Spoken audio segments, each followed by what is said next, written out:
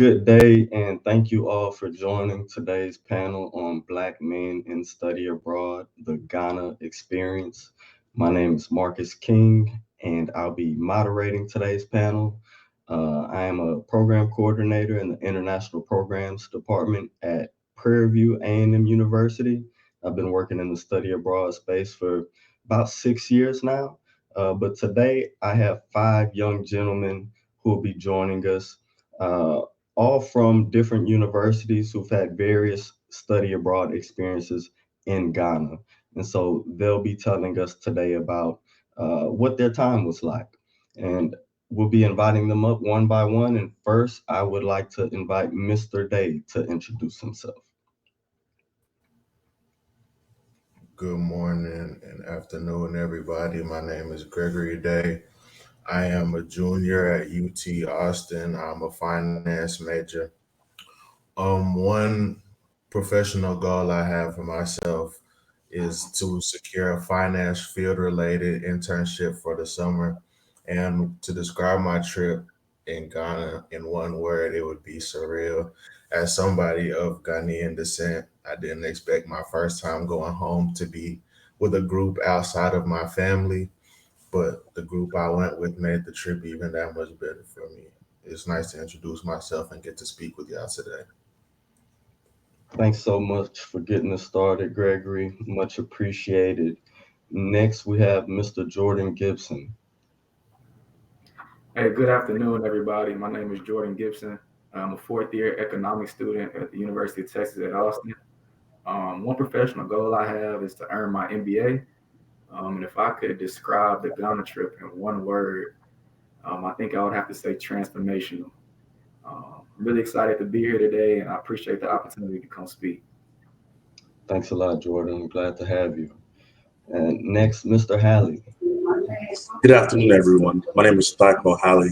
I'm in my senior year at New Jersey State University.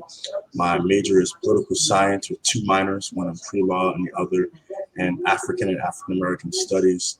A professional goal of mine is to obtain my law degree.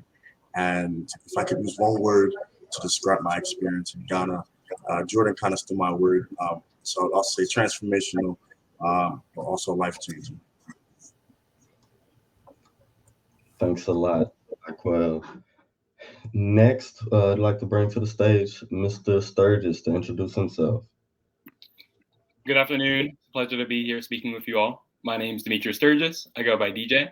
I'm a senior at University of Delaware, and my majors are global enterprise management and marketing. The professional goal I have for myself is to secure a career in marketing or sales. And if I were to describe my experience in Ghana, I had transformational as well, but I would also say it was impactful for sure. Wonderful, wonderful. And last but not very least, Mr. Washington, please tell us about yourself. Alrighty, hey everyone. My name is Kevin Washington. I'm a senior at the University of Texas at Austin, and I study international relations and global studies. And I would say a professional goal of mine is to just be well versed on a global scene. And in one word, I would describe my Ghana experience as liberating. I like that. I like that.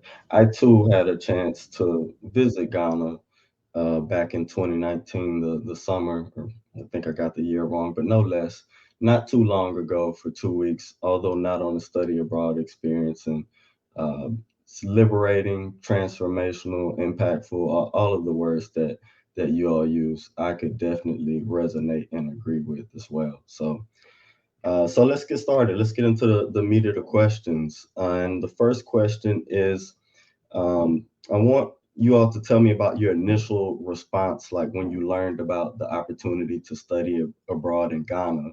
And then kind of a part two to that question, when you learned about that experience and you told your family and friends, what type of feedback were you getting from them? Let's start with you, Mr. Washington. Yeah, first I was excited to go. I knew that I wanted to go the first moment that I heard about it because I've never been to Africa, but I like to travel the world. So this is a part of a certain region that I've never really encountered. And in regards to my family, I've been traveling alone since I was 17. So it's like now they kind of know what's up that I'm gonna just go anywhere that I want to. So they just kind of like encouraged me to just live my life how I want to. Awesome, awesome. And then let's go to some of the other schools. Demetrius, tell us about your answer. Yeah, absolutely. When I first heard about it, I was like exhilarated. I was so excited. Um, I've gotten some international experience before. I was able to luckily travel to Ireland in high school, but it wasn't a huge cultural experience for me. I feel like I didn't, take too much out of it. And I knew when I went to Ghana, I feel like I was going to get a lot more, which ended up being true. I felt like it changed so much of me, and I learned so much culturally as well. And then how my family reacted. My mom, she was excited, but she was also nervous for me going so far away, and being in a completely new environment. But she was excited. But my dad, he was like beyond words. As a black man, he like has always wanted an experience like that. And he like, got so emotional, which is very not like him at all if you knew him. And he just was like hasn't stopped talking about it since I came back. Was so excited the whole time I was there, and just like was super cool to see how like hype he was about that experience. Very nice, very nice. And Taquel, let's hear your answer as well. Yeah, at first I was really excited to hear about it. At the time, I've never traveled outside of the country before, and neither has anyone from my family. So it was a little bit nerve wracking to internalize it and then bring it home and tell them like, "Hey guys, I might be able to travel to Africa next summer." But surprisingly, when I brought it home, and everyone was really supportive and excited and like, "All right, so when are you going? Like, what do you need?" And I did have that one aunt that was just really overbearing, like, "Oh, gotta make sure you get your shots and this type of sunscreen or wear the hat."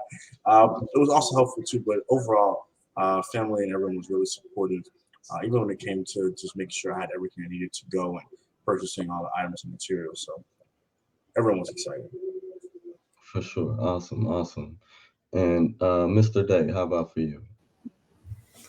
Oh, for me personally, I got on the trip a little later. I wasn't aware of the trip until I had a conversation with one of my professors, Dr. Devin Walker, and he was asking me if that was something I was interested in doing. I was like, yeah, for sure.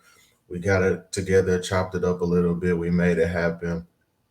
As far as my family was concerned, as I said earlier, I am a child of Ghanaian immigrants. So, but in the same vein, they wanted my first time coming home to be with them. At the same Mhm. time, it was a good opportunity for me see what home practice speaking the language and things of that nature. So they were very happy for me, even though they couldn't be with me. For sure, for sure. And again, last but not least, Mr. Gibson, tell us about your experience. Yeah, for me, I was super excited when I heard about the opportunity. Um, Past couple of years, I recently started traveling, but never got to go to West Africa. And as someone who's like very interested in Black studies and the African diaspora, I thought this would be a great opportunity to get to explore that some more.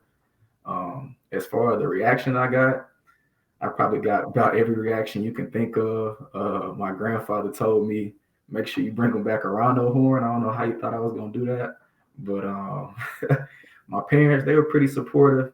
I could tell in the back of the head that they were a little nervous, but at the end of the day, they were all supportive of it. Um, and my friends, they really didn't believe me at first until I got out there and sent them a picture, and they were just in shock. So, yeah, I got about every reaction you could think of. Certainly, certainly. We would never know how people are going to react, for sure.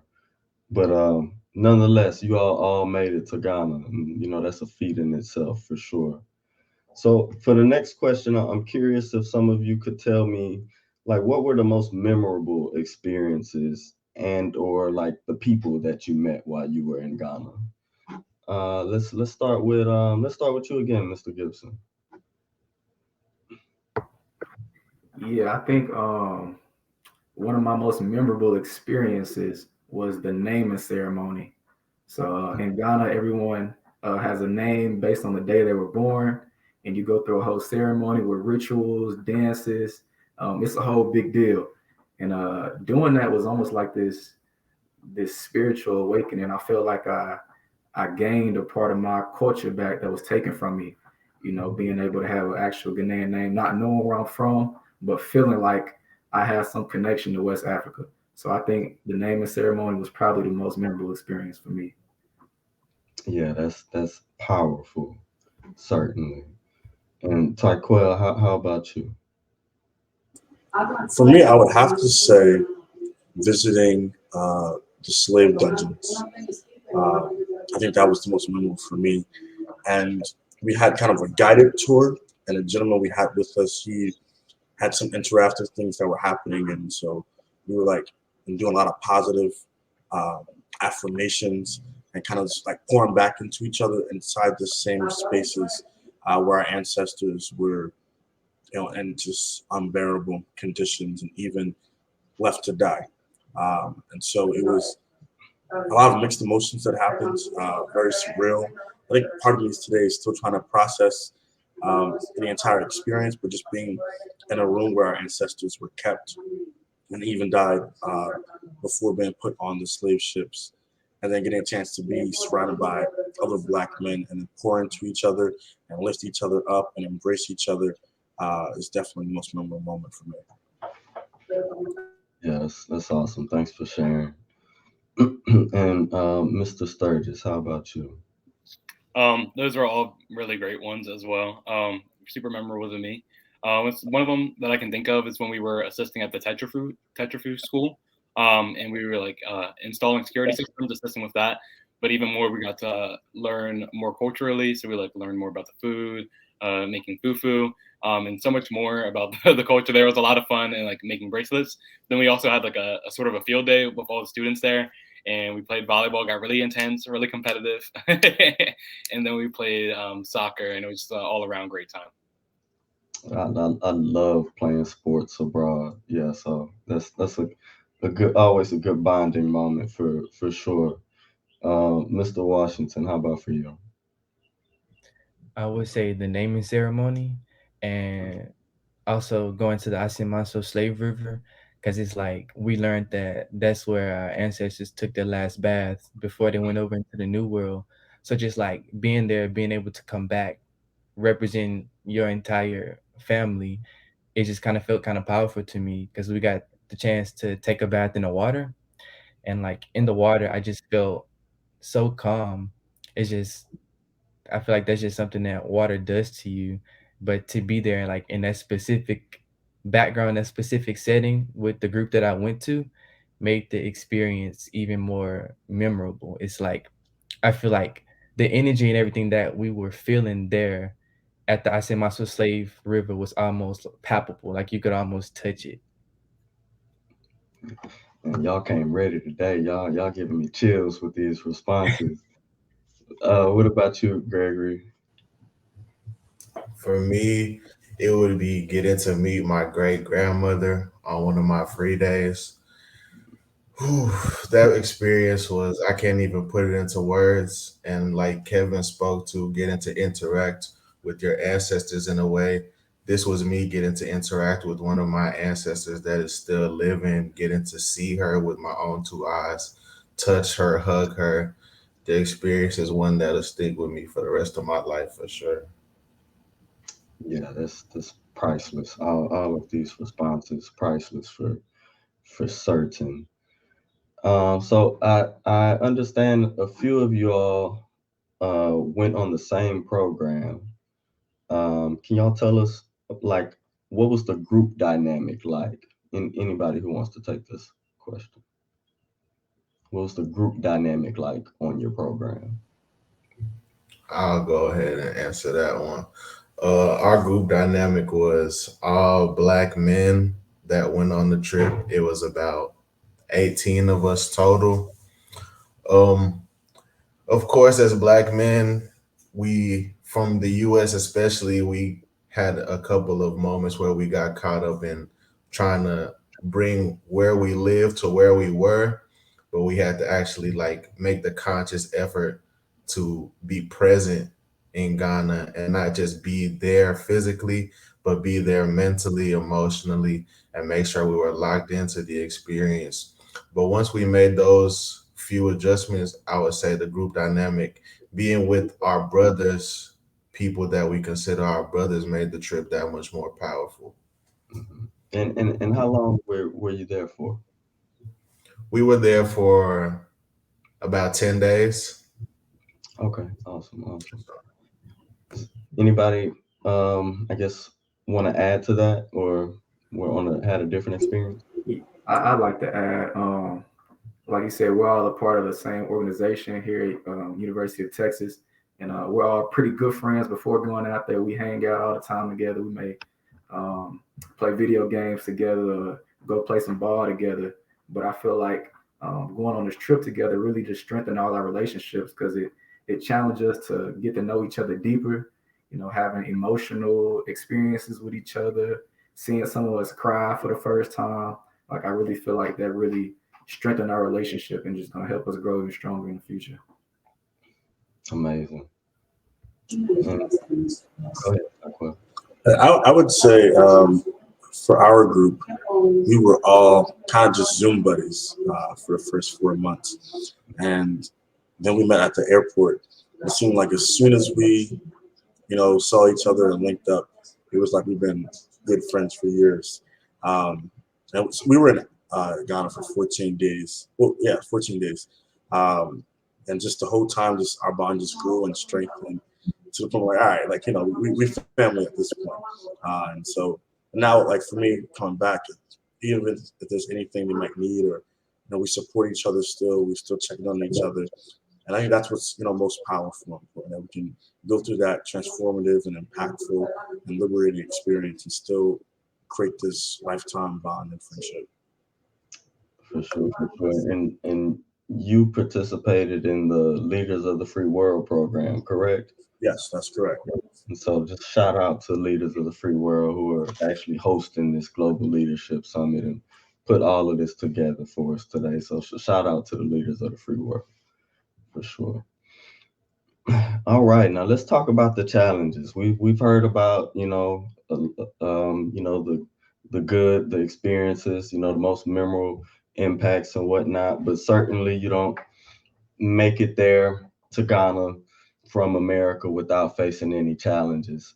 And so, whether you face those challenges on your way getting to Ghana, Accra, or while you were actually in Ghana, um, can any of you all tell me about, you know, a challenge you may have faced?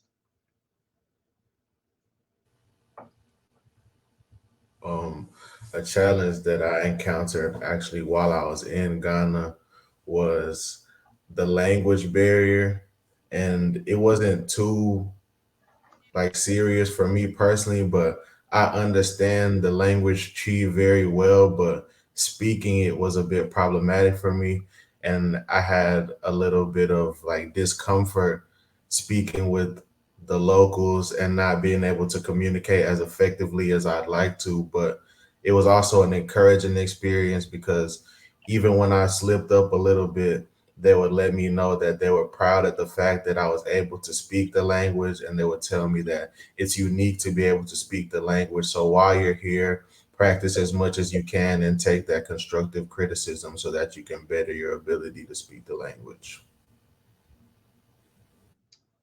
Certainly. Um, Any- go ahead. oh, sorry. I was gonna speak to a challenge that I faced. That wasn't a super big one, but for me, just being like, I'm really into getting immersed in other cultures. But one of the things in Ghana was the food was very different for me, and I was really used to, Americanized food, Americanized palate. And unlike my peers who were raised in an African like household, I was super different for me. So like I don't know. Initially, when I go to places like that or like experiences in life, I go kind of shy away from it or like immediately go for the most Americanized option. But I kind of just pushed through it and like really opened my palate and try new things. Food was absolutely amazing. Everywhere we went was so like culturally diverse and it was delicious. And you just don't get that same experience being here in the U.S. So I'm glad I did. But that was something at first that was like something I had to get around and break through my preconceived notions and things of that sort. Yeah, certainly. I personally love the food that I had in Ghana. Reminds me of one thing my mom would always tell me. It's basically like, don't knock it until you try it. So definitely, at least got to see what it's about, especially, after traveling so far, for sure. Um, do Any of the rest of you want to add anything about any challenge you may have faced? Yeah, I can add. Kind of before going out there, I had more of a mental challenge. Um, I told myself maybe I'd been scrolling on Twitter too much, but I was kind of worried about how, as a Black American, I'll be perceived um, in West Africa because I always see people kind of arguing, going back and forth about that perception. But once I got out there, man, it was all love. Everyone embraced us with open arms. Like I really felt like I was at home. So just getting out there helped me overcome that challenge. Awesome, awesome. Thanks for sharing. And I think at this point we have Mr. Devin Walker, who's the professor who led the students at University of Texas. I believe he's able to join us now. We could get him on screen. And please go ahead and introduce yourself. All right, thank you all. Sorry for I'm late. I had to restart my computer. Yeah, my name is Dr. Devin Walker. I direct the Human Sweat Center for Black Males. So I was the leader of the trip that took Jordan, Jason, and Kevin, along with 15 other folks from UT to West Africa, Ghana. So happy to be here. I'll pass it back to you, Marcus. Thanks for letting me in. Certainly. Thanks for joining us, Devin. And so this next question is, how did you feel to like just walk around in your body like in a country where most people look like you? Who wants to take that? I can start that one. Go ahead. For me, it felt like home. Like immediately once I got off the airplane, it was like we got off the flight, and the first thing they told us was Aquaba, which means like we all know which means like welcome. So it's just like I kind of seen that same thing Aquaba like throughout the entire trip. People were consistently happy to see us there. Black Americans coming to Ghana, West Africa, kind of like strengthening the bonds in the African diaspora.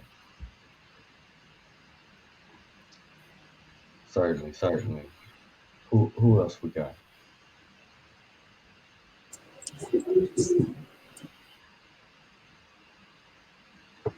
Yeah, I would add that it felt, someone kind of mentioned it earlier, it felt liberating, it felt free.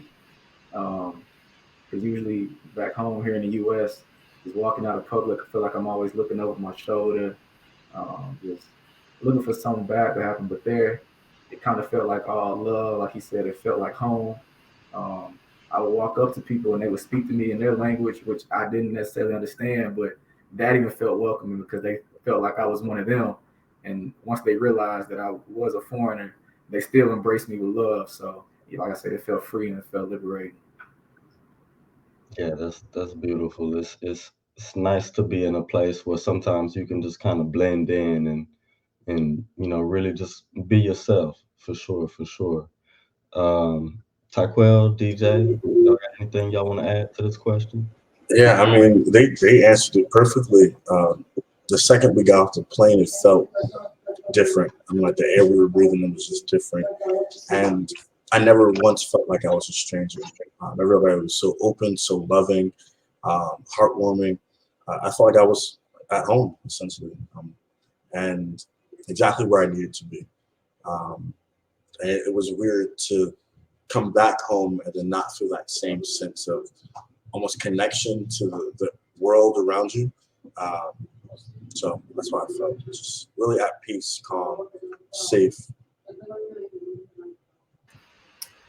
All right, so a lot of studying abroad or traveling abroad, like we think we're really going and learning about another part of the world, and as much as we are, we're really learning a lot about ourselves. So my question to you all is like, what did this trip help you learn about who you are as an individual?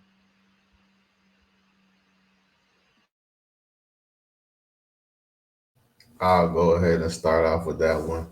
I learned a couple things, honestly, but the main thing I want to pinpoint is that moving forward or moving along life previously, I would always say that I was adverse to public speaking. And this trip really gave me an opportunity to realize in my head that it's something I'm great at, but if you're always going to be your own worst critic for one, And for two, if you tell yourself you're not good at something, then you're going to perform less than how you would if you told yourself you're great at something. It's all a perspective thing. And even an opportunity like this, probably before the trip, I wouldn't have taken it up because I didn't believe I'd be able to perform in a way that I thought was okay. But this trip really taught me that you make your mistakes, you stumble, but you can always pick yourself up, and those mistakes better you as a person.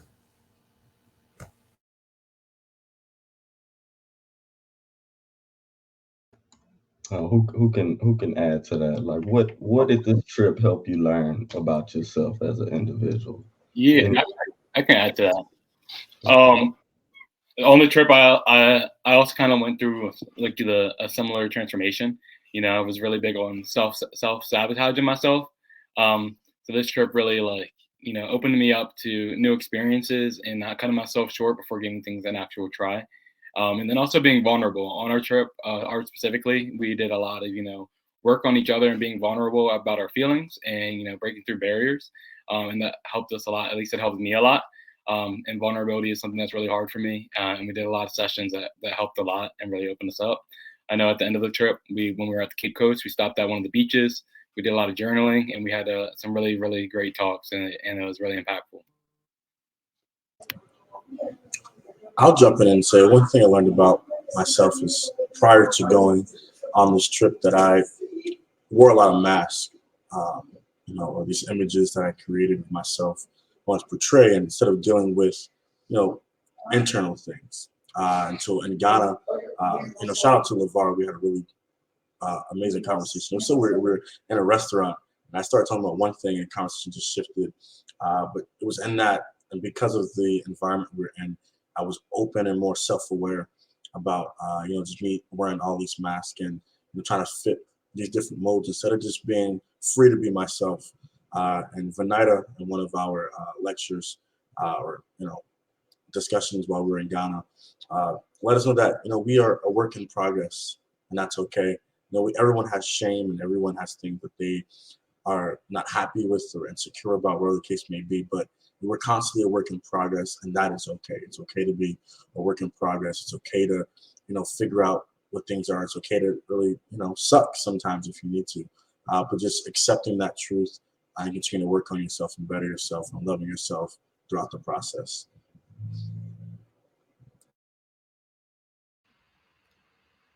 Jordan, Kevin, did you have anything to add, or should I move on? I would say for me, it just kind of made me realize that I'm rooted in my blackness. Just because at the beginning of the trip, I was writing a paper about the legacy of the Haitian Revolution. So it's like going into the Ghana experience. Like I feel like I was mentally preparing myself to kind of like deal with so much African black culture, which is something that I was really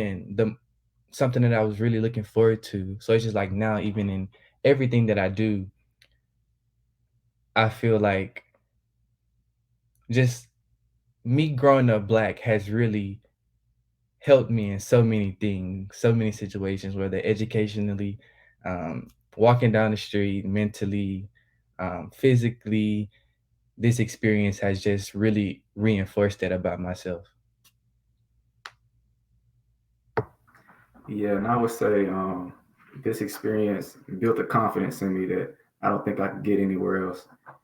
It's something about navigating a foreign place, um, not knowing the language, not knowing where you are, that just makes you kind of figure it out on the go. Um, and I feel like I've brought that bit home and been able to navigate spaces back home even better. Awesome. So, but before Devin gets into the last question, we've got about 10 minutes left, and we want to invite the audience to ask any questions or enter any questions they may have for any of our panelists in the comments. Go ahead, Devin. Thank you. And yeah, just kind of going back to the question that we were previously talking. I know for myself personally, the first time I went to the continent of South Africa, but I had an opportunity to travel to a couple other countries. And once I got out of South Africa and I was in like an African country with just black people, I started coming to the realization that I am not a minority. And since then, I've no longer called myself a minority, unless I'm talking very specifically about the U.S. context. But even in still, I like to talk about being a member of the global majority and just being on the continent, specifically West Africa. So many Black people.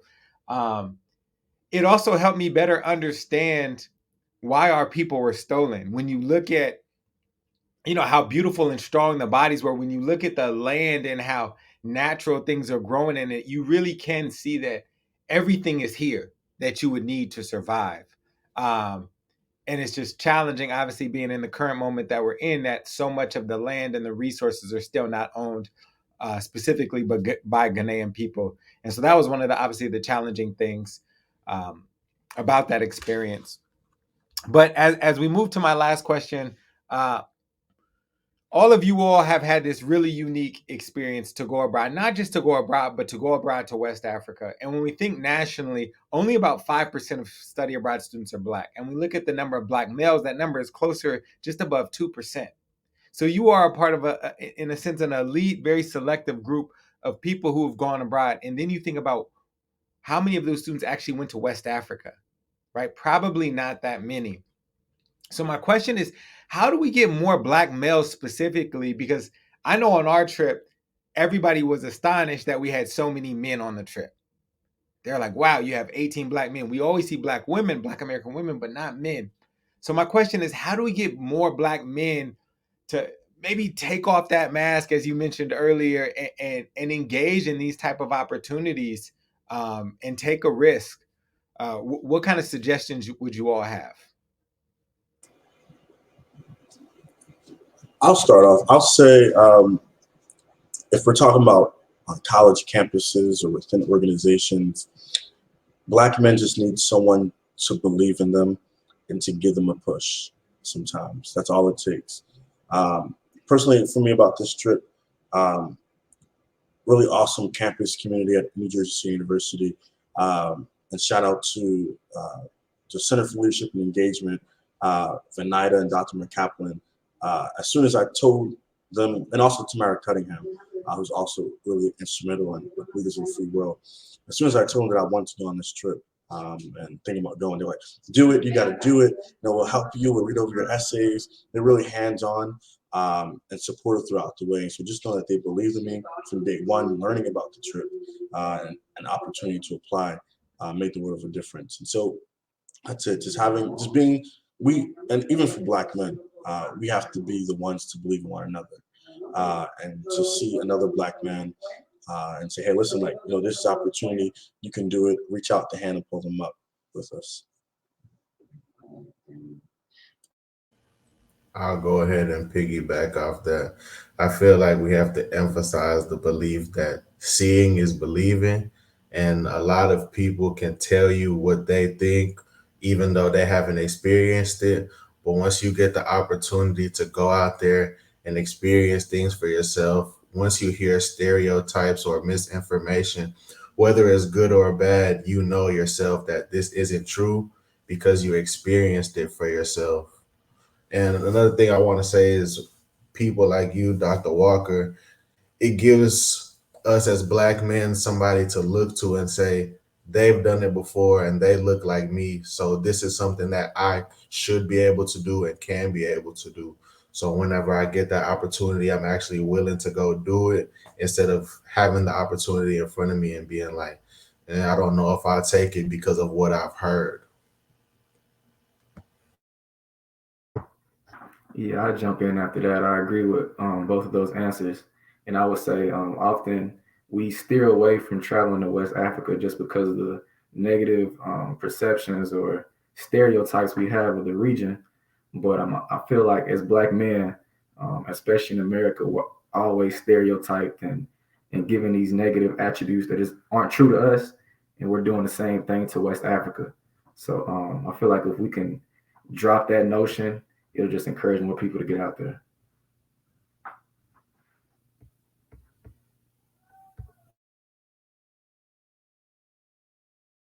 I would just like to say, just more exposure, because growing up, even in high school, I really wasn't exposed to a lot of things international. within my school district, a lot of my opportunities I got just by researching on Google, but I know everybody doesn't have that drive or that motivation or doesn't even know where to begin to start. So it's just like, how can we show these communities what it's like to travel the world? That's kind of something that I think about it, like going back into them, going pouring back into it, sharing experiences, just so they can know that, like Gregory said, Jason said, seeing is believing. Like you see people do these things, so now you know that there's something else in the world that you can aspire to achieve, you can aspire to do.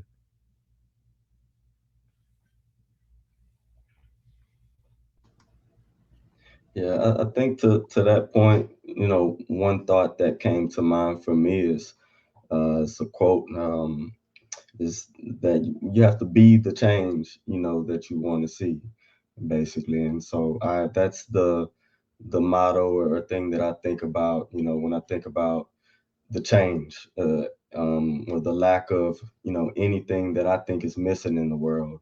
I just try to be that, and be that for those coming behind me and following in my footsteps.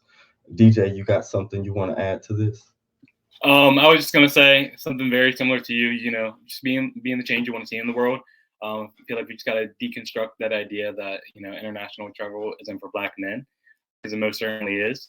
And just getting out there and showing experiences.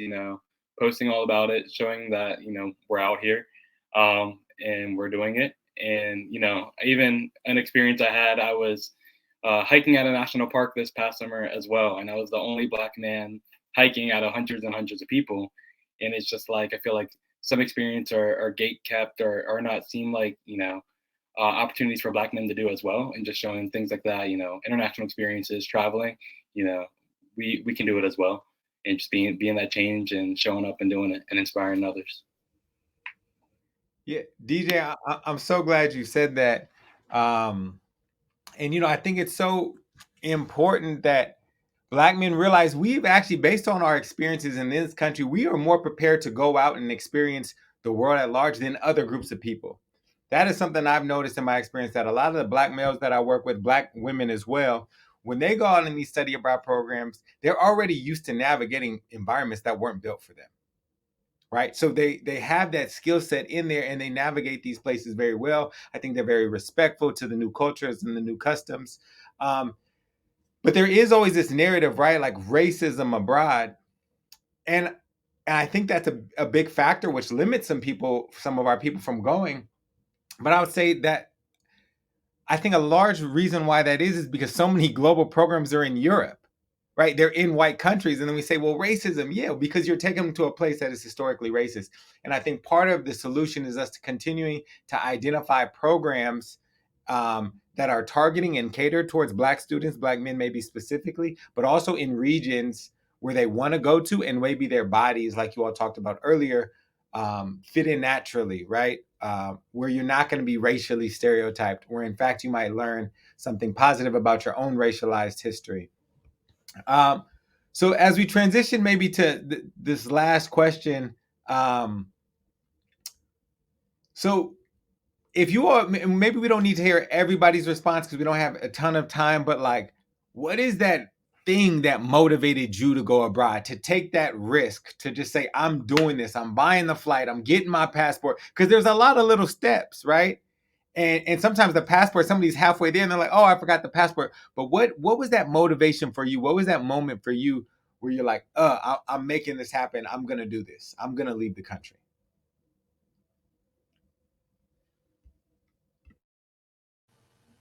Um, Go ahead, Daquel. Oh, my bad. I was gonna say, just realizing there's a whole world out there that I've yet to get a chance to explore. That was a big motivator.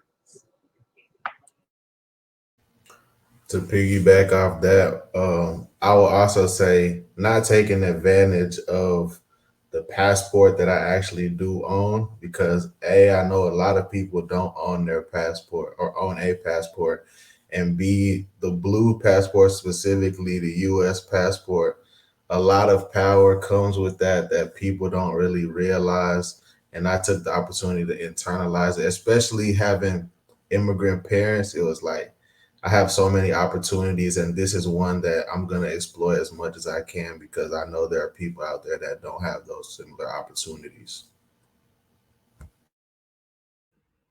I would say Certainly. for me, I wanted the adventure, just of it. I was 17 when I first traveled by myself, so I didn't really know a lot about the global scene. So that kind of is what motivated me even more because I honestly didn't know what to expect, but I always felt that some type of way, I don't know, traveling was gonna be my way to just being free, which it turned out to be exactly what I hoped it to be. So that's kind of how I kind of got started with all of this.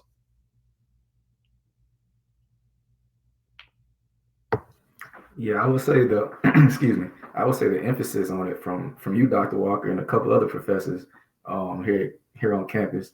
I had traveled out the country a couple of times before with my family, but it was more vacation style. And after you guys emphasized the opportunities and the confidence and the self awareness that it brings to yourself to travel for education and to transform yourself, that really just pushed me to go.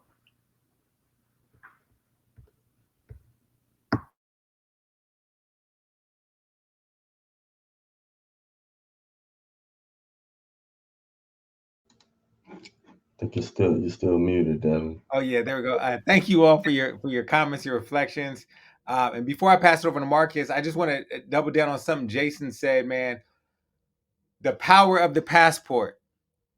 Uh, and so many of us black folks don't even have one. And we might need one of these days. The way politics are running in this country, you better get that passport as a safety measure. Um, but even beyond that, man, I got a shameless plug here. But I did a podcast. I was working on it during COVID. It's called Black with Blue Passports. We have about 14 episodes up, but it explores that. What is it like to utilize the privilege that comes along with having a passport and being a Black American? So thank you all for your comments, and I'll pass it back to you, Marcus. I love that black with blue passports. I'm definitely gonna have to check that out, Devin. But yeah, with that said, time really flew by, but this has been a very enjoyable conversation. It's very awesome to hear about your experiences, and I hope that we're able to encourage some other young black men to, participate in study abroad and specifically visit and travel to West Africa and Ghana. So, with that said, thank you all for joining us.